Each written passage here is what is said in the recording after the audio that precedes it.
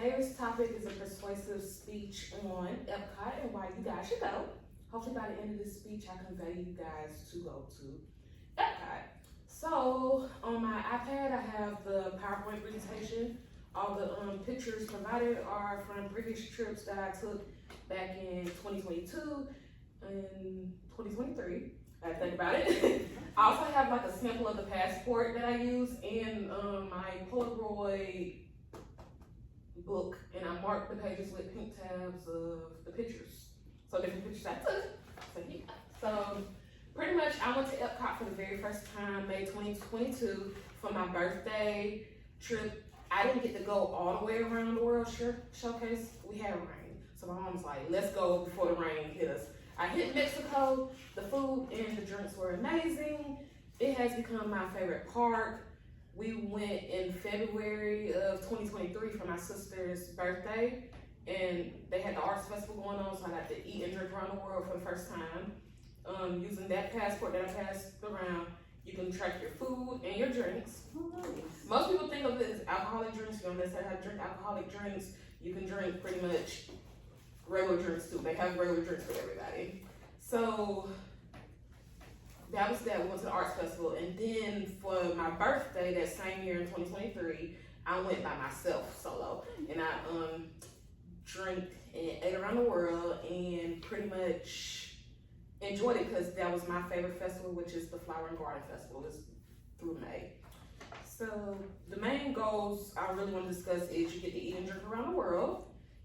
You have the festivals that bring more culture to it, and you get to see a lot of innovation and futuristic approaches to like what the world could be.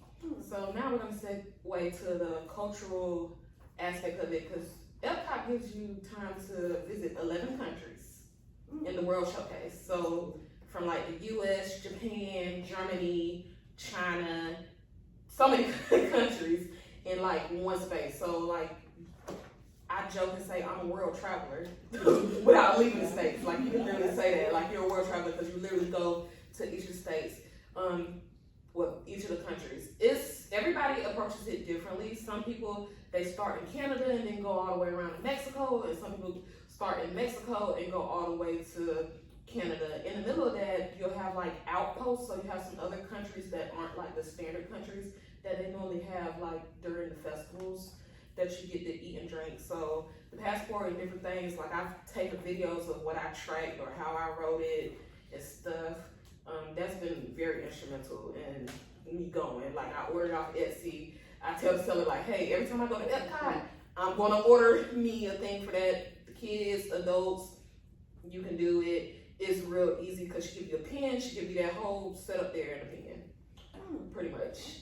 So one of my favorite things, I always eat food in Mexico along with a margarita.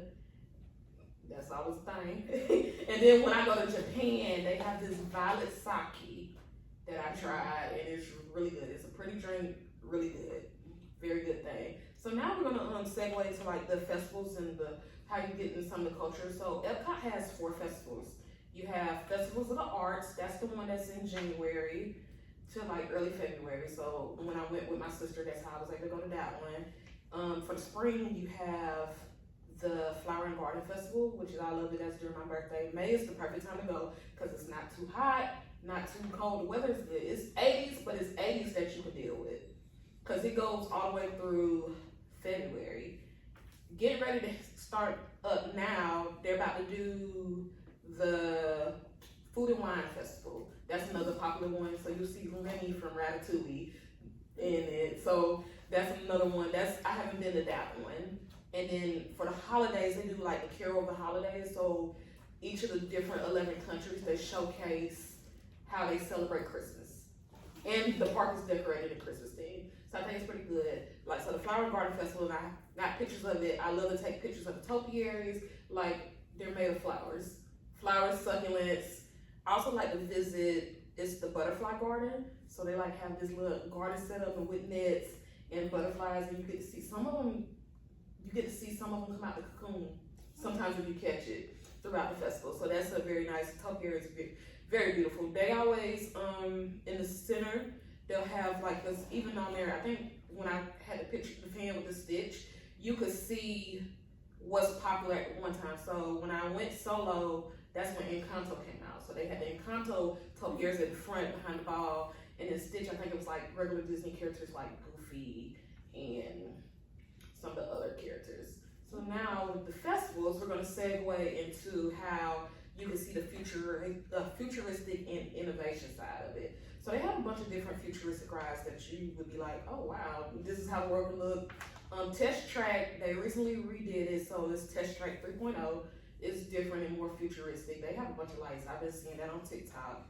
You have Guardians of the Galaxy, which is like alien space, but you kind of see futuristic stuff.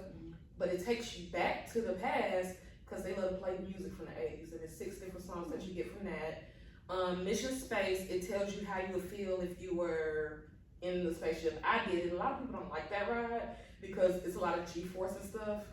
You have 2 tracks. You have a green track and then you have an orange track. The orange track is more intense for the Daredevil. You get multiple warnings. It tells you, hey, make sure you want to get on this ride before you get on it. Like they have barf bags and all that. Cause it's when I tell you it's intense, it's intense. I was like, I don't know how to do it, but I was like, you know what? Just to ride it once to say I did it. I did the orange track and it wasn't bad for me.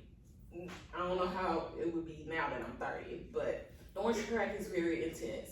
Then you have things like Soaring, which is the one where it like lifts you up and it's like you're going through the different pictures. I remember seeing a commercial as a kid where you're going through like the different lands, like Africa. It was a popular commercial. Soaring was always one that was pretty, I was like, I want to go to Disney based off of that one. And then Living with the Land, how they show and they tell you why you're going through it. You get to see how Disney get their food. Most of their food, they try to do it in-house. They do a lot of hydroponics. They have the fish. It's a bunch of like futuristic. When you go to Epcot, you're like, wow. And then the Spaceship Earth, which is in the ball, that's actually a ride.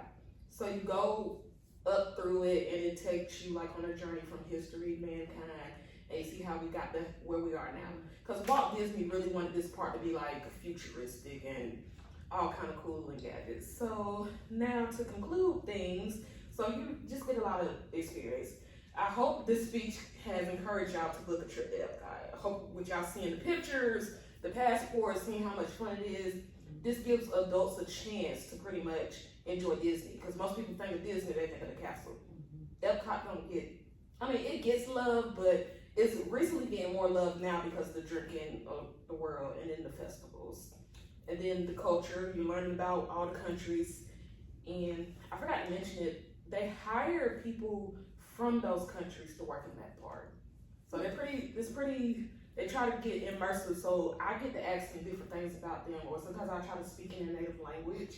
They have a thing for the kids where they can go, it's called KidCot. They have a passport for them and they can go and they're supposed to learn the different greetings. So how they say hello and get it stamped. So I hope y'all agree. I hope y'all enjoyed this presentation and I hope y'all go to Epcot one day.